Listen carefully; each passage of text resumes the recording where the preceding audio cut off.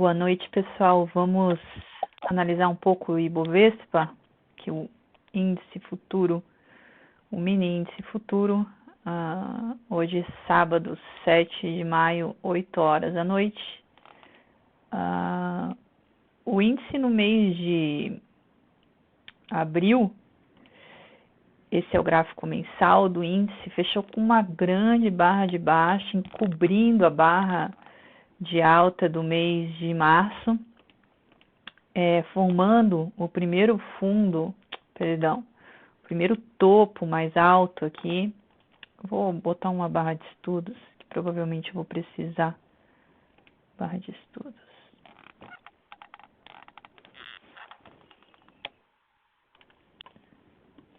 Primeiro topo mais alto aqui nessa linha verde, marcada por essa linha verde, vindo de 3 puxadas após a queda do crash da pandemia. O mercado fez 3 puxadas para cima, 1, 2, 3 no gráfico mensal, fez uma boa perna de baixa, rompendo o fundo anterior, a qual teve uma leve recuperação, mas não conseguiu superar a sua máxima, ou seja, foi feito o primeiro fundo de baixa no gráfico mensal.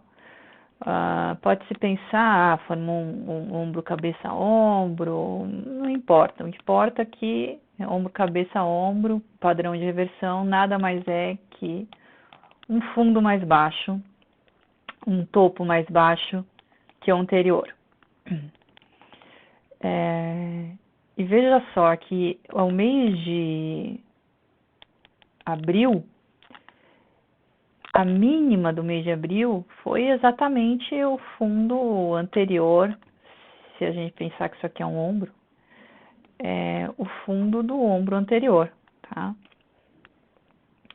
A princípio foi esperado, tá?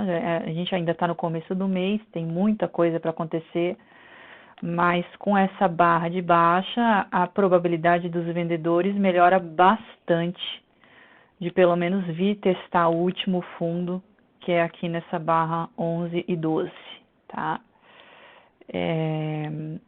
Rejeitando também, fechando abaixo da média móvel de 20 meses no gráfico mensal, tá? No semanal,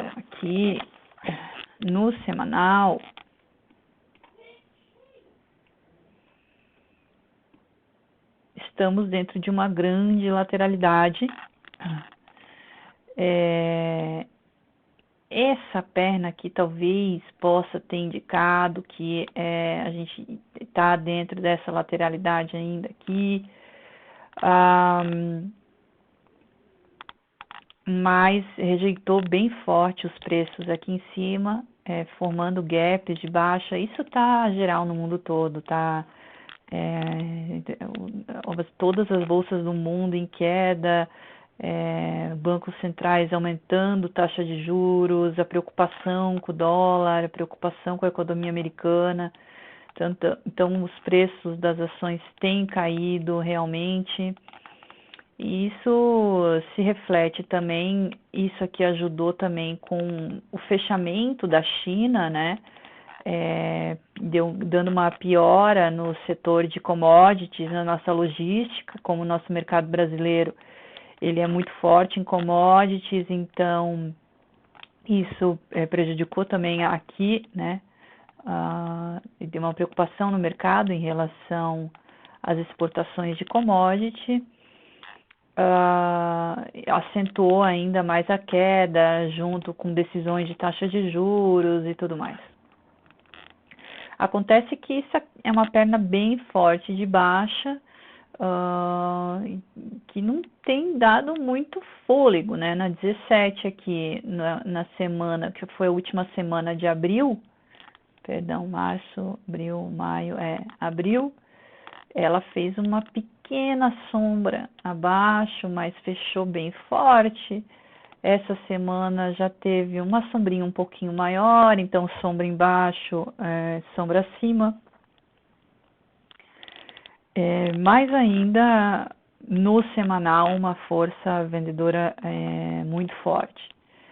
As sombras dando uma demonstração de que os vendedores estão realizando um pouco, pelo menos. Mais ainda com apetite de se comprar bem abaixo, tá? Mas aqui já estamos quase chegando próximo do fundo dessa lateralidade, né? Essa grande lateralidade de 20 mil pontos, tá? 21 mil pontos. Já no gráfico diário,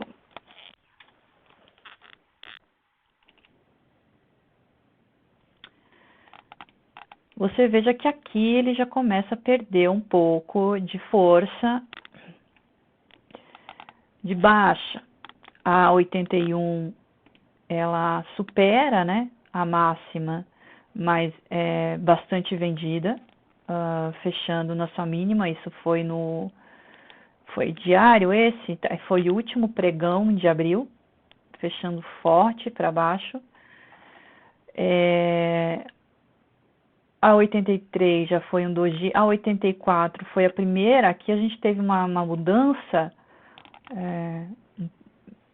um pouco de mudança aqui nessas barras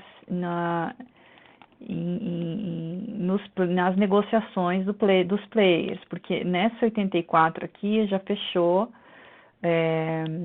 acima de duas máximas e acima de 3 fechamentos anteriores. Então, foi uma barra considerável e num possível fundo, né, nessa região que era um possível fundo, numa região que era a mínima do mês, a mínima da semana. Então, era uma região importante.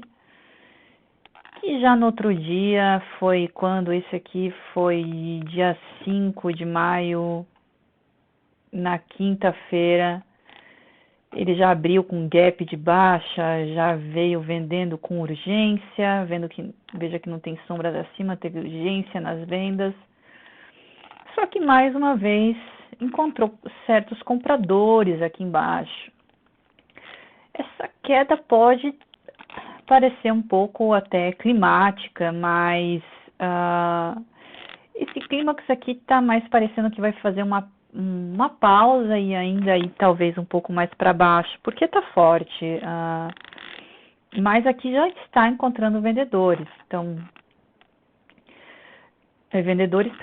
aqui na 85 já está encontrando compradores. Aqui embaixo, na 86, é feito um doji com um corpinho de alta, uma barra interna, uma barra de sinal, mas eu acho que ainda tem muita pressão vendedora para ser um forte sinal de reversão de mercado. Eu ainda acho que essa lateralidade, acho que pode continuar nessa lateralidade e ainda um pouco de baixa. Se subir um pouco mais, vai ser uma reversão minoritária e acredito que tenha vendedores aqui mais para cima, tá? Isso o mercado já demonstrou diversas vezes. Então, o que a gente pode ter aqui, talvez uma correção mais prolongada, que isso aqui seja climático, uma correção mais lateral do que realmente uma força de alta. Isso é o que eu vejo de provável, devido às barras e à força de baixa, tá? A gente até está próximo de uma região houve um rompimento aqui dessa lateralidade, mas pode ser que essa lateralidade o mercado esteja vendo como minoritária. Eu tinha até traçado aqui uma linha de canal de triângulo expandido aqui, que foi alcançado. Quer sair? Bibibica, vai lá, vai. Perdão, gente, minha gatinha estava querendo sair. Mas acontece que você precisa perceber o que o mercado está fazendo. Pode ser que o mercado não esteja nem aí para essa linha que eu estou marcando. Acontece é que essas barras estão bem fortes para baixo e todas as tentativas foram vendidas até o momento. Acontece que aqui, nessa região, teve um acúmulo de pressão, um pouco de pressão compradora, mas aqui embaixo. Assim, quando o mercado vai um pouco para cima, ele tem demonstrado que tem vendedores. E os vendedores têm conseguido fazer mínimas cada vez mais baixas. Esse fechamento da 85 foi bem abaixo dos fechamentos anteriores, então ele está se confirmando com preços abaixo. Se você vê nos 60 minutos, a gente está fazendo talvez um padrão de escadas bem longo, né? Que o mercado está bem climático, mas tem feito padrões de escadas, ou seja, os compradores estão começando a fazer scalps, tá? Rompe para baixo e eles têm conseguido voltar para a região do rompimento, né? Aqui, por exemplo, acho que talvez foi a primeira vez. Deixa eu ver no diário. 81 foi que dia? Foi o último dia do mês, março, 29 de abril. Aqui. Eu acho que foi a primeira vez que o mercado vem acima de um ponto de rompimento anterior. E aqui, mais uma vez, foi de novo assim, rompeu, né? O mercado rompeu aqui nesse ponto de rompimento na barra 8. E voltou para colocando um corpo, um fechamento, um corpo fechando no ponto de rompimento anterior. Então, assim, vendedores estão mais fracos e os compradores estão começando a comprar e fazer scalp, superando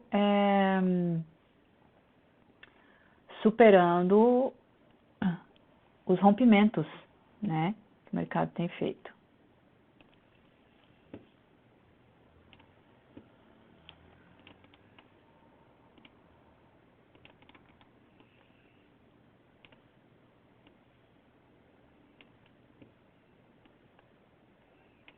Pode ser uma LED, pode ser o que quiser, na verdade.